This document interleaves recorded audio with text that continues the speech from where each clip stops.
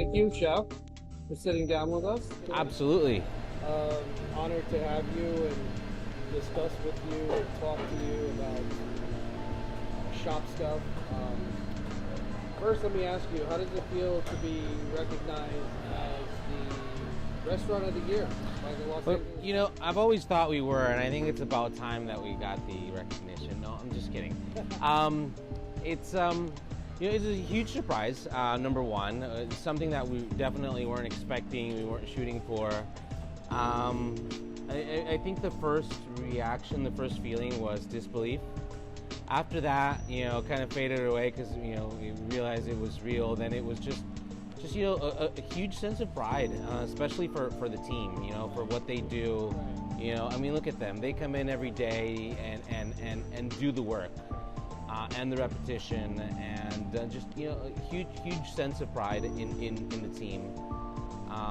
Other than that, just feeling very grateful for having an audience that is receptive to what we do, and that is forgiving of our mistakes, and allows us to play around with food, and sometimes successfully, sometimes not, and but yet they give us another shot. So yeah, That's awesome. I mean, I think a lot of people know that your culinary journey began alongside your father, right? Yep. Inspiration-wise. I mean, outside of this, what are some of your greatest memories, during the early part of your career and your journey? Yeah, so I mean, cooking has always been a thing in my house. Even before we had the restaurants, it was always a side hustle. So I've always been involved, and I've always seen my parents doing this to, maybe not as their main job for many years, but as a way to make ends meet as, immigrants in the United States.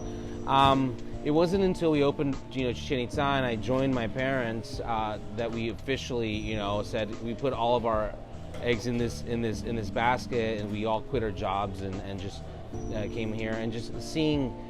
I think the most important thing, the biggest lesson I learned from my parents, both of them, was just watching them work and how hard they worked and the dedication that they had. And they were not young when we started this business, so seeing that work ethic at their age, and sometimes I was feeling tired, and I would see my mom still going, my dad still going, and I was like, wow, okay, so I need to step it up, So learning that, the work ethic and the value of hard work and patience, believing in the product that you're offering and sticking to it and not wavering. That was a big one. That's a lesson that I still go back to and reference all the time here at Holbox. And and my dad was my chef, and I think the first thing I learned directly from my dad how to make is cochinita pibil. It's, traditional slow roasted pork with the achiote and sour orange marinade, and that and the pulpo en su tinta, which is one of our signature items here at Holbox. Those are two things that are really close to my heart, because those are the two first memories I have of actually spending hours in the kitchen with my dad and banging out a process or a recipe. Yeah. Okay, so those are some of your greatest memories. How about some challenges that you may have faced, as a successful chef and business owner? I'm sure you came across many. The first challenge was actually working with my dad. I think it's difficult. I think that dynamic, father and son, is hard. It's hard to get respect from your father, And I think parents, especially the old school variety, like my dad, that are very much do as I say and don't question it type people. It can cause some problems. It can cause some friction in work and in the family dynamic. Yeah, other than that, professional challenges, we had a failed restaurant from 2005 to 2008, which was our Chichen Itza #2. Financial disaster, that restaurant almost took us down completely, but learned a lot of great lessons mostly about how not to run a restaurant, and I think more importantly, why not to open a second restaurant. I think we opened it for the wrong reasons. But from bad experiences, you get a lot of positives also. So that's really where we started to get some traction with media, and Jonathan Gold started, writing us up, and it was over at that location. So we were able to, transition that kind of momentum with the local media back here to Mercado, and that's where really when Chichen Itza started growing. And the most recent one is opening Holbox. The first 2 years were really hard. It was hard to get traction. We just felt like we were slipping, and we were doing the work, but we weren't really getting anywhere. And when we finally did, and things started, picking up, then boom, COVID hit, and that was just like, now what? And it was almost like like starting the business over again. But again, we got through that, learned some lessons, and now we're moving forward again. Awesome. I know that we've dined here a few times, and it seems like you have a really strong team. And it seems harder and harder to keep a strong team together. There's so many challenges, I think nationally, if not globally, with labor and other things. I mean, how do you foster a positive, cohesive work environment, in your back of the house, in front of the house, and keep that team strong and still, consistent? Right. So it is difficult. Staffing is a big issue right now. Finding and retaining people, finding people that fit into, that fit in personality-wise with the team. I think it's super important to hire slow. Find the right person. The most important thing by far is that cultural element, is that they click with the rest of the team and that they have the same mentality. I don't like to micromanage the staff. I like to let them kind of find their way, guiding them, yes, but it's okay. Mistakes are fine. It's okay to make mistakes, and you don't really, punish people for making mistakes. It's giving them that opportunity to make mistakes and to learn from their mistakes. There's really no better way to learn than from your own mistakes. And then allowing them to, develop their own style in what they do, even if that means modifying a process or even a recipe slightly. I'm open to, hey, okay, let's try it. Let's see what you're doing and how you're doing it. And I think it's a natural evolution of the food. I don't like to say, no, our recipes are written in stone. No, our recipes are a living thing. As our menu selections, they can't be, because we work with certain type of product that inevitably varies a lot because of what the fisherman is catching, because of natural ebbs and flows and seasonality. So we have a very loose structure in that sense, and I think for the team members who are interested in developing themselves as cooks, I think that's the right type of environment. Yeah, you touched upon something, your supply chain, sort of. We've discussed this before about sustainability and, ethical sourcing. It seems like a lot of people greenwash these days. And, sure. How do you kind of, bring ethical sourcing, sustainability, bring these principles into your business, and how do you guys maintain that? Yeah, unfortunately, the seafood industry has suffered a lot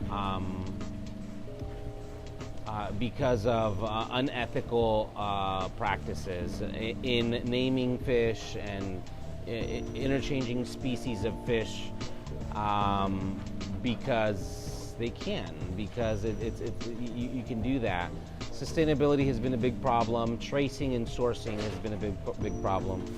And when we started out Holbox, sustainability wasn't the number one consideration when we were figuring out how to source. It was really, we wanted the best tasting product. We wanted the tastiest thing. And as the months went by and we're meeting with purveyors and farmers and fishermen, it turns out that that the sustainable stuff is the tastiest stuff, and there's two sides to this. There's the wild caught and there's the farm, the aquaculture. And it's a polarizing subject. I know there's a lot of people, chefs and a lot of people who pick a side and stick to it, and I don't really think that's the right approach. I think we need to support fishermen and farmers who are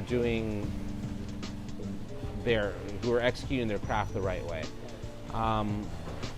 We will run out of certain species of fish if we say we're only going to eat wild caught. It's inevitable. We've seen it time and time again. Fisheries being depleted, even fisheries that are under heavy management being depleted because of unethical practices. Because if there's a demand for a product, the market will meet that demand one way or another.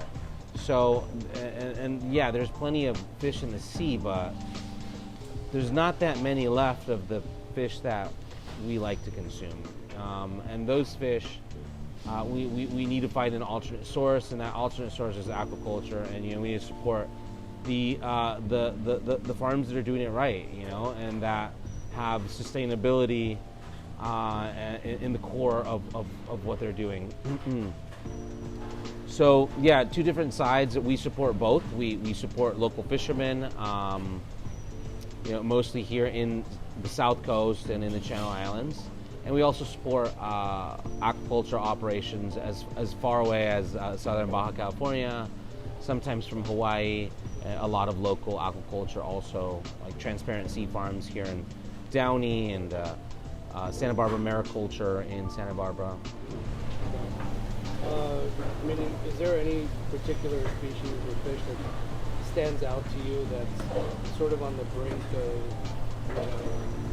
disappearing? Yeah, so we need to be careful with the bluefin tuna sourcing, and we need to make sure that we have bluefin tuna on our menu when it's in season locally, because we know the fishermen. We know we can trace that fish back to the boat and the person that caught it, and we know what their fishing practices are, and we know that their capability of catching fish is not so much that they're going to deplete the fishery. On the other hand, there's boats, there are fishing operations out there in all parts of the world that are taking bluefin tuna at such an alarming rate that we will run out if we keep doing that, right? But these local fishermen, they target bluefin tuna right now because it's plentiful, and because they can find it and they can catch it.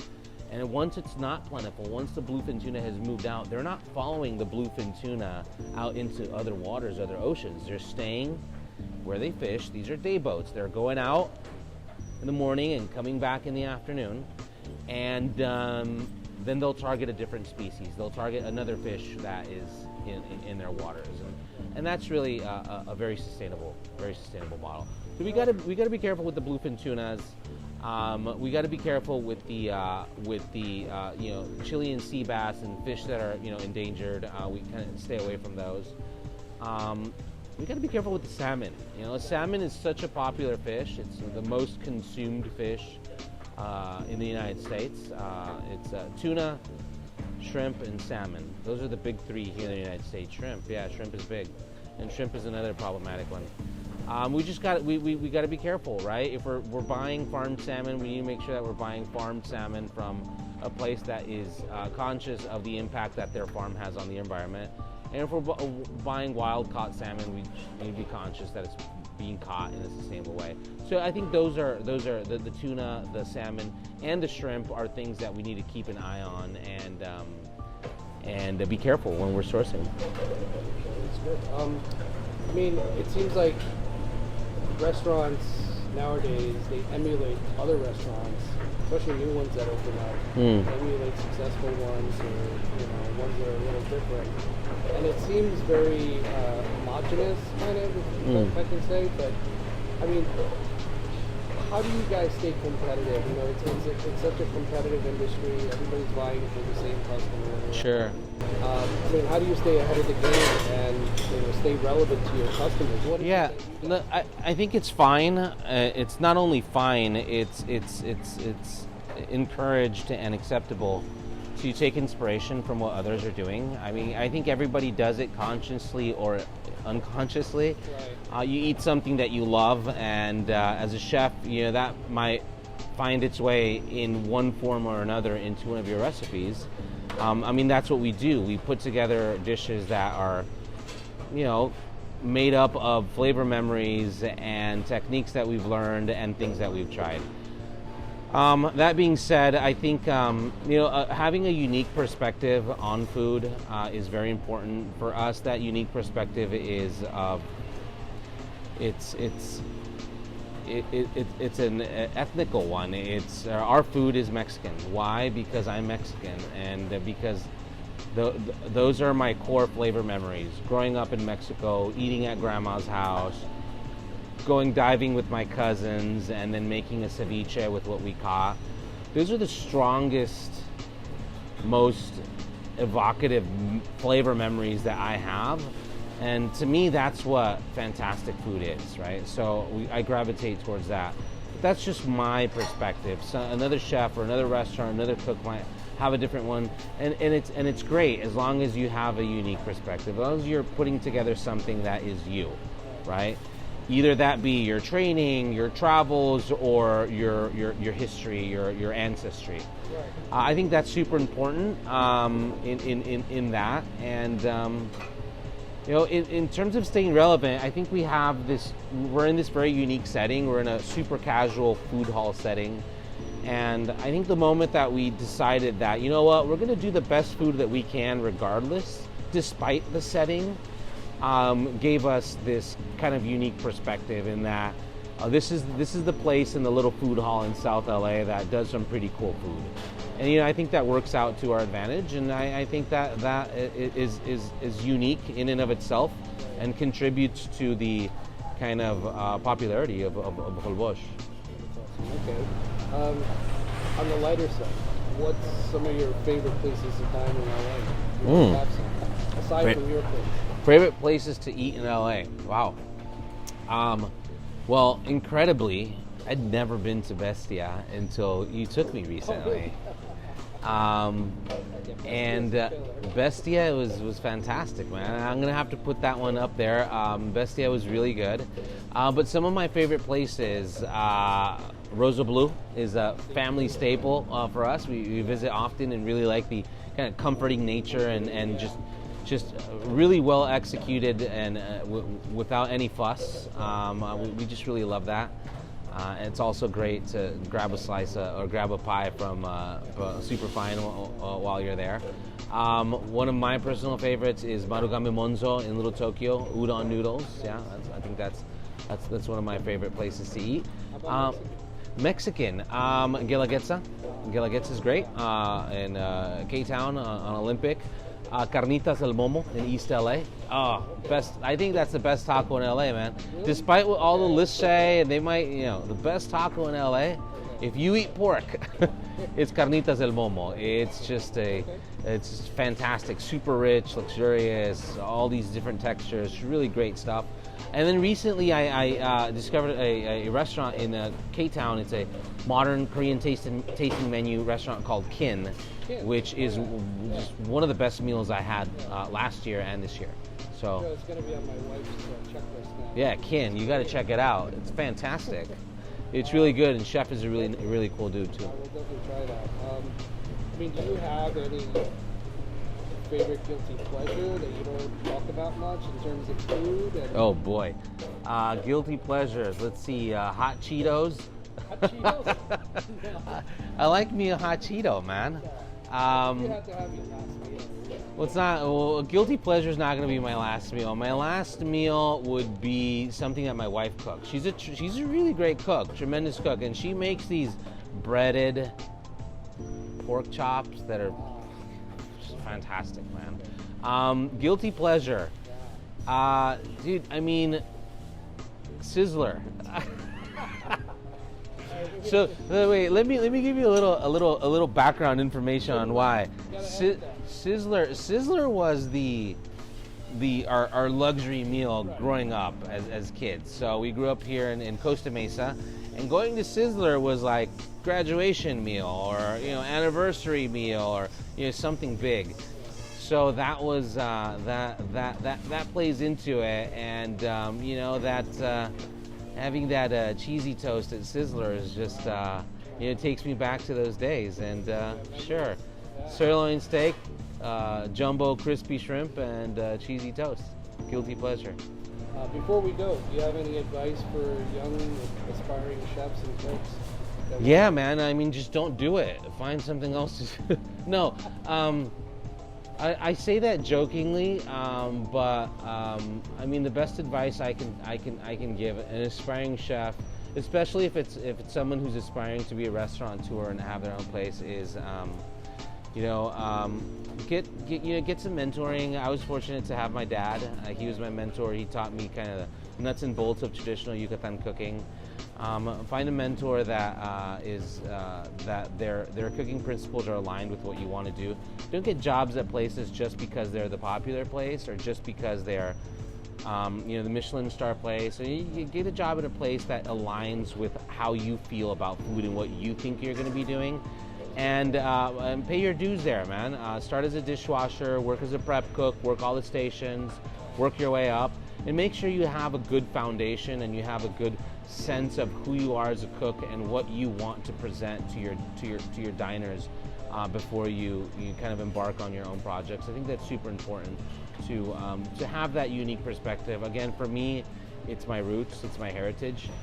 That's what drives our food. It doesn't have to be that, but and make sure that it's something that you're passionate about and that you can stay motivated about because it's hard work. It's a grind. I think I remember you once telling maybe it was one of your employees that you need to put in the time. Yeah. And it's important. Yeah. You got to put in the time. You got to put in the time doing the stuff that's not the pretty stuff, not the writing menus and doing tasting menus, but you got to put in the time chopping the onion, cutting the tomatoes, and gutting the fish, because you're going to have to do that throughout your career, and you got to make sure that it's something that you can do and that you can do it well and even maybe enjoy it. Yeah. Okay, that's really good advice. Really appreciate your time. Absolutely, Chachi. Always a pleasure. Now I want to go to Sizzler. Let's go to Sizzler, man. I think they're open for lunch. We'll go. Let's set it up. I really love the new space that you guys did. Thanks. How you designed it. I remember when we were first contemplating the idea, but it turned out really well. And one thing that I really love is when I walk into a space and I see everyone dressed meticulously or dressed appropriately for that space. And I have to say, your team looks great. I mean, I'm glad that you're, wearing our aprons and chef coats, but aside from that, when I walk into certain spaces and see everybody with all different kinds of things on, I'm a very visual person. How do you feel about uniformity and looking proper in front of customers? Yeah, that it's an interesting question. So we're in this very casual space, so we could we could very well all just be wearing Dodger shirts and hats, and it wouldn't look out of place. But putting on, especially I think it's all important. It's all important. The chef coat, the t-shirt, but putting on the apron it's this moment that you're like, okay, I'm here, I'm ready to do my work. It's almost like putting on your battle vest. You put this on, it symbolizes that you're here to get a job done. And I think it's important, that we have, these aprons, that the entire team has them. And we'll switch between t-shirts, Holbox t-shirts and our blue cut chef coats. And we leave that kind of up to the team. You can wear whichever one you want, but it's all part of this uniform that we're putting on to symbolize that, hey, we're here, we're ready to do the work. It's important to have quality gear in that sense. You mentioned the remodel of the restaurant. Yes, it looks very nice and everything, but it's the setting is important. The tools, the knives, the types of cutting boards, and the apron. All those things are part of the toolkit that a cook should have, and we're grateful to have these. The visuals and utilities. Absolutely. Is there certain things that you look for, in certain uniforms? I know you've worn chef coats pretty much since I've known you. Yeah. And then you do wear t-shirts too. I do. I mean, do you believe in one over the other, or it's just that moment in time, like whatever? Yeah, you know, I think for certain types of restaurants, you want to be wearing a chef coat. Certain types of restaurants, you're okay with t-shirts. Like I mentioned, we're kind of on the edge. You know, I think both of them are okay. But the chef coat is a little more special. It's a little, it symbolizes a little bit more that you're, you know, you're serious. This is my station. I'm wearing a chef coat. Right. Get out of the way. I mean, is there anything that you look for in your gear that when you're personally? Yeah, I mean, no, obviously, you know, it has to be high quality. It has to be comfortable. It has to be easily maintainable. That's, you know, a lot of times we forget that, but that's very important. Kitchens are dirty places, man, and it has to be, you know, easy to maintain. But more than any of that, it just has to feel right. You know, it has to feel good when you put it on, and makes you feel almost a little bit of pride to be, you know, putting the uniform on. You make me want to go wear a chef coat right now. You know, and that's what I've always felt with your aprons. It just feels good to have them on. You know, the way they're built. It's a good piece of kit. It seems like you look younger every time I see you too. Oh boy, are you trying to get a free meal, Chachi? No. Seriously, right? He looks younger every time we see him. Okay, maybe more gray beard makes me look younger. I look at your old pictures, and then when I walk in sometimes and I see you, I'm like, this guy's like reverse aging. Okay, well it's the blue cut uniforms, baby. Yeah, I don't think it's appreciate it. All right. Thank you so much. Thank you. Enjoy. Anytime, Chachi. Now let's get out of here. Let's go to Sizzler.